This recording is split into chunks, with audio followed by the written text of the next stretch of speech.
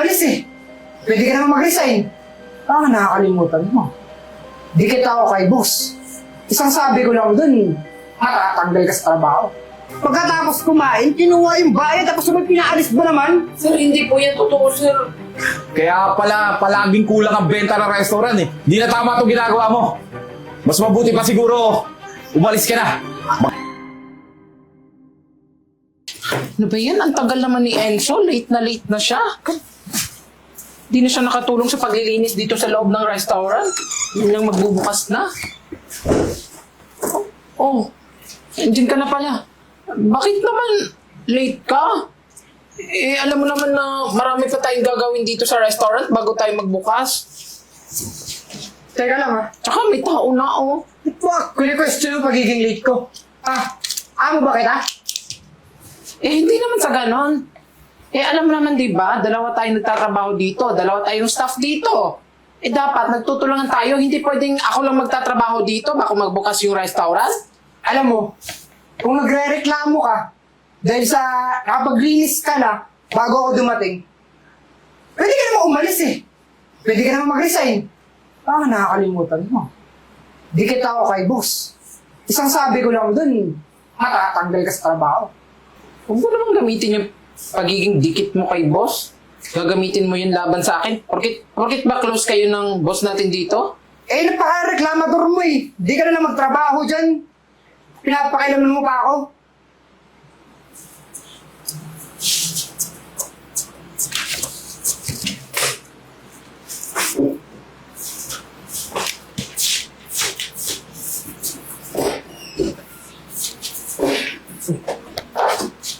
Boss, good morning. Sir. Oh, kumusta din ka? Nakapaglinis sa bayan? Boss, okay na boss. Linis na po lahat. Buti naman. Tsaka pala, kasi yun yung mabuti yung mga customer na pumapasok dito. Kasi para bumalik naman sila at pumiting ng restaurant natin. Don't worry boss. Ako nang bahala dyan. Areglado sa akin yan. Kaya gusto ko ito eh. Alam ko, maaasahan kita, Enzo. Siyempre naman boss. Ako pa ba? Hindi naman kasi katulad daw na itong isang katabi ko boss. Late na nga dumating. Eh, nagre-reklamo pa. Pinaglilinis ko lang naman. Sandali lang. Sir, hindi naman po ako late na dumating dito. Sir, sa katunayan po, sir, siya nga po itong late na dumating, sir eh. Ang aga-aga ko po dito sa loob ng restaurant, sir. Naglilinis pa nga po ako. Hindi na nga siya nakatulong sa akin, sir. Teka nga, kilala ko yan si Enzo. Sir. Matagal ko ng tauhan yan. Ayoko nang palagi kayong ganito, ha? Nga pala, may good news ako sa inyo. Isa sa inyong dalawa magpo-promote kasi magbubukas na tayo ng isa pang branch. At siya yung magiging manager doon. Talaga, sir? Siguro naman boss, wala ka nang pagpipilian sa amin eh. Kilala mo naman ako, di ba? At matagal mo na akong tauhan. Basta, kung sino yung sa inyong dalawa yung magpe-perform na maayos at makikitaan ko ng potensyal, siya yung magiging manager doon. At ikaw, Marimar, Sir. ayoko na ng pagiging late. Sir, hindi naman po ako late, sir eh. Pag naulit pa yan, tatanggalin kita rito. Di ba, no? Dumunga ako sa opisina ko, Pag may kailangan kayo, sabihin nyo lang ako. Sige boss. Oh, bilis ka. Patuloy ng pagbintangan, ang aga-aga ko pumasok dito. Lah, sabi ko naman sa'yo eh. Sa tingin mo, paniniwalaan ka, boss.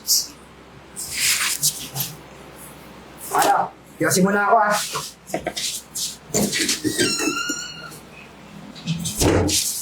Inis? Ang sarap talaga ng pagkain dito. Hindi nagbabago eh. Waiter! Waiter! Si sir? Yes, sir. Bill! Ay, eto na po, sir. Eto po yung bill ninyo. Ayan. Nako, sir, nakita ko habang nasa counter ako, sarap na sa pagkain. Tsaka yung halo-halo, naubos mo. Kaya nga walang pagbabago eh. Tsaka, natuwa ako sa serbisyo mo. Pa-chill-chill ka lang, lagi ka pa nakangiti.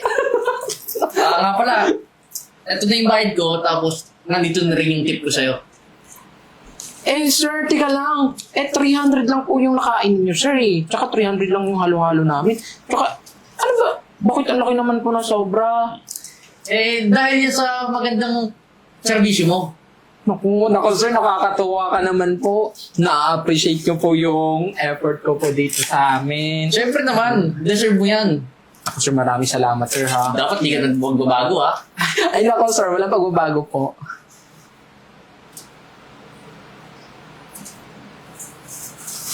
Teka lang, ano ba? Teka lang, Kino ba yan sa kanya ko binigay ng tip na yan? Sir naman, walang galang na. Ba't ka ba nangingialam? May customer ka lang dito Empleyado ako dito. Enzo, ano ba? Customer yan, hindi ka ba nahihiya? Ano bang ginagawa mo? Bakit naman ako mahihiya? Wala naman ako ginagawang masama. Kinuha ko lang naman yung bill, sir. Ang kapal pala ng mukha mo eh. Pagkakadating mo, kukunin mo yung tip, siya nagkaskaso sa akin. Sir, empleyado ako dito.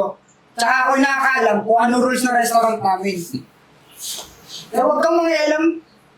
Total, tapos ka na kumain, di ba? Makakalis ka na. Enzo, ano ba? Hindi ka ba nahihiya sa customer? Bakit mo pa paalisin? Tama na. Sige na. Aalis na lang ako. Naku, sir. Sorry po, sir, ha? Sir. Ano ka ba? Pati ba naman customer? Pagsasalataan mo ng ganyan? Okay lang sana kung ako matitiis ko pa, pero yung customer, hindi na tama yung ginagawa mo. Pakialam mo. Siyempre may pakialam ako kasi masisira yung restaurant natin dito. Masisira? O baka ikaw lang yung masisira? Talagang ako. Kasi alam ko naman na ako yung sisisihin mo eh. Kasi alam ko, ako na naman yung isusumbong mo kay boss. Sumusobra ka na? Dapat lang naman yun. Kung ako sa'yo, bago ka magreklamo, gawin mo na lang kung ano trabaho mo. Trabaho mo bilang waiter. Mag-serve ng pagkain sa customer. Bakit ikaw? Mag-assist. Ano ba trabaho mo, ha? Di ba waiter din? Oo. Ano trabaho ng waiter? Di ba mag-serve, tsaka mag-assist din ng customer? Na-serve mo na, na-assist mo na. Ngayon, ako na lang kukuha ng bayad. Saka yun, Kit, sa akin din mapupunta. Di ba? Kapal din naman talaga ng mukha mo, no? Kung makasta ka dito, akala mo ikaw yung boss. Oo. Hindi ako si boss. Pero malapit na ako maging boss. Kasi pag ako na-promote sa trabaho natin, sisiguraduhin ko sa'yo, matatanggal ka dito. Sobra ka na? Ang kapal talaga ng mukha mo? Bakit ba close ka sa may-ari ng restaurant na to? Ganyan ka na makasta? Parehas ng kayong trabaho dito, no? Oy! Ano na mangyari dito? Ha? Ba't sumisigaw ka? Boss, itong isang empleyado mo balak na upitin yung benta ng restaurant Tsaka hindi lang yan, boss. Alam mo ba, boss, yung customer kanina? Pagkatapos kumain, kinuha yung bayad tapos sabay pinaalis ba naman? Sir, hindi po yan totoo, sir. Kaya pala, palaging kulang ang benta ng restaurant eh. Sir, hindi po, sir. Hindi ko po magagawa dito yan, sir. Alam niyo naman, di ba, sir? Pati mo ako empleyado. Tinanggap kita ng maayos dito. Tapos ganyan yung gagawin mo? Eh, sir, hindi ko po talaga ginawa yung binibigay niya sa akin. Sir, binabaliktad lang po niya. Boss, mas mabuti ba, boss? Tanggalin mo na sa trabaho. Alam mo Marimar, di na tama itong ginagawa mo. Mas mabuti pa siguro, umalis ka na. Maghanap-hanap ka na ibang trabaho. May sakit po yung nanay ko, sir. Ayoko po magagagal. Bakit kasalanan ko ba yun? Wala naman po talaga akong kasalanan, sir. Kung inayos mo lang sana yung trabaho mo, di sana, may pagtusus ka dyan sa nanay mo. Sige na, umalis ka na. Sir. Nga pala, boss. Ito na yung bayad ng customer. Saka, boss, huwag ka na mag-alala. Natanggalan ka ng empleyado. Kayang-kaya ko naman yung trabaho dito Kaya bilib na bilib ako sa'yo eh. Pero huwag ka mag-alala, kukuha tayo ng mga katulong mo dito. Ayusin mo na lang yan lahat ha, tapos magkasara na tayo. Sige, boss. Ano ko lang di sa ka ha. Ano na kaya ako neto? Wala na akong trabaho. Ano na si nanay? May sakit si nanay.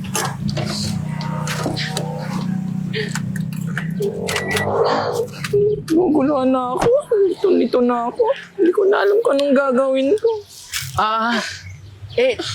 Di ba ikaw yung waiter sa restaurant kanina? Ano nga palang nangyari sa'yo? Kayo po pala yan, sir. Sir. Tinanggal po kasi ako sa trabaho. Trabaho ko po dun sa restaurant. Paano ba naman kasi, sir? Yung kupal na kasamaan ko, sir. Kilala mo naman yun, di ba? Binaliktad kasi yung binaliktad niya yung sitwasyon, sir. Sinabi niya na ako daw yung nagkukupal doon. Ako nagkupal sa iyo. Tapos, ayun. Ang dami niya kwento, sir, na mali-mali na siya naman yung may gawa. Sinraan ako sa boss ko. Kaya, ito naman boss namin. Naniwala agad sa kanya. Libasa kasi, sir. Dikit silang dalawa. Grabe talaga ugali nung katrabaho mo, no?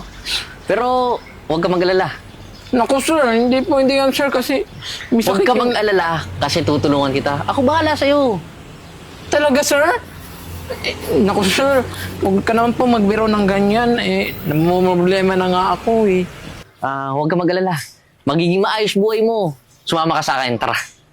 Naku, sir, baka mamaya kidnapin mo ko, tas gahasain mo ko. Yun yung mga katulad nung nangyari sa Caloocan, yung pinasakay sa Move It Rider, tapos sinaksak dito sa leeg. So, paano? Ayaw mo? Eh di, aalis na ako. Bahala ka na dyan. Sir, syempre, sasama ako, sir. O siya, tara na. Sumama ka na. Tutulungan kita. Sige, sir. Tara na, sumama ka na.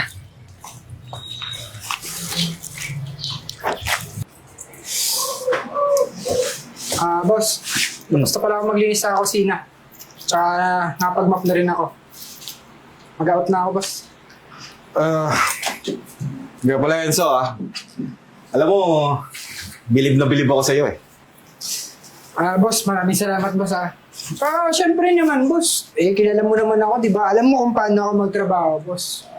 Di ko naman sisirain yung tiwala mo sa akin, eh. Alam mo, buong akala ko nagtatrabaho ka ng maayos dito.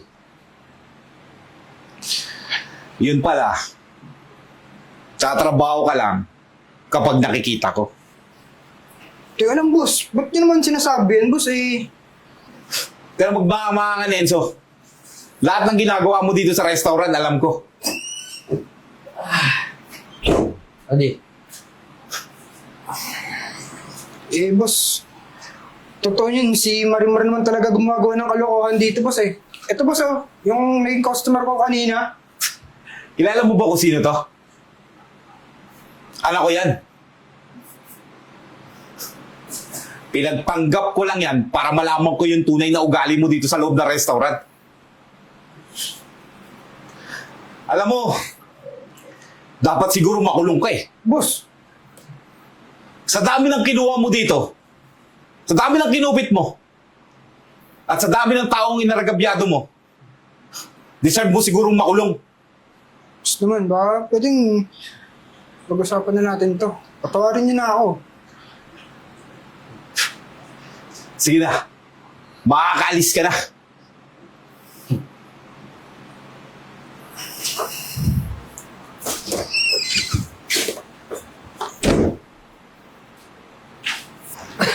Eddie, tama lang yung ginawa mo.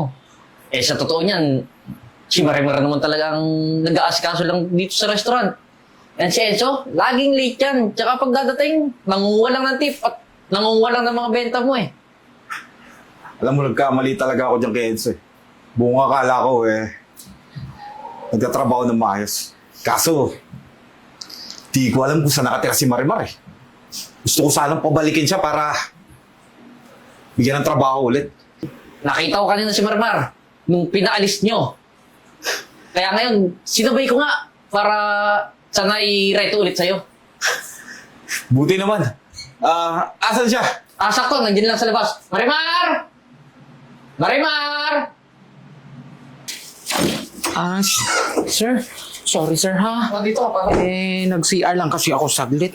Naihi kasi ako, sir. Kaya medyo napatagal. Ano po ba yun, sir? Di ba, sabi ko naman sa'yo, tutulungan kita. Opo, sir. Marimar, pasensya ka na. Si Jeboy nga pala, anak ko. Po! Actually, pinagpanggap ko lang siya para malaman ko kung anong tunay na kulay niyan sa Enzo. At sana mapatawad mo ako sa ginawa ko. Sir, seryoso ba, sir? Anak niyo po si sir? Oo.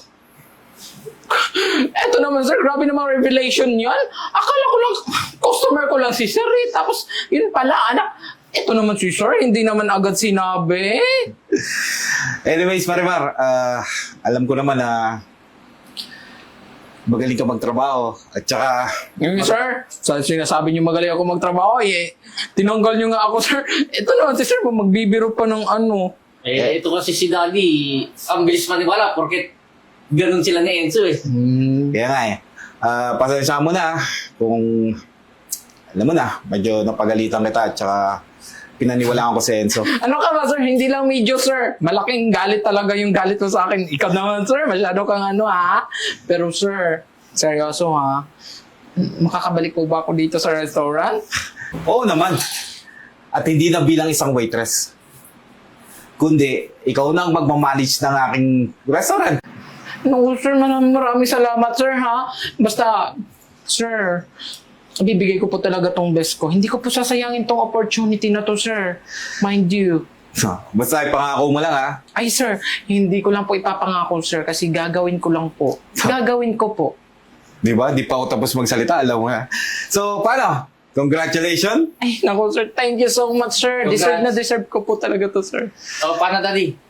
Hatid ko muna si Maramar para bukas mapag-umpisa na sa bilang manager. Sige. Ay, naku, sir, medyo nagugutom pa kasi ako, sir. Pwede po ba kumain muna bago ako ihatid, sir? Ay, ako na bahala. Tara na eh. Papakainin din kita. Sige, sir. Tara. Ay, sir, dito na po ako kakain, sir. Dito tayo kumain. Tara. Dito lang meron pagkain, sir. Freeze!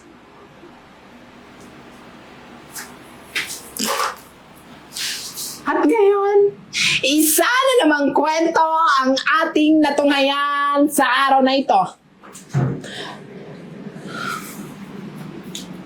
Naway! Nakuhaan ninyo ng magandang aral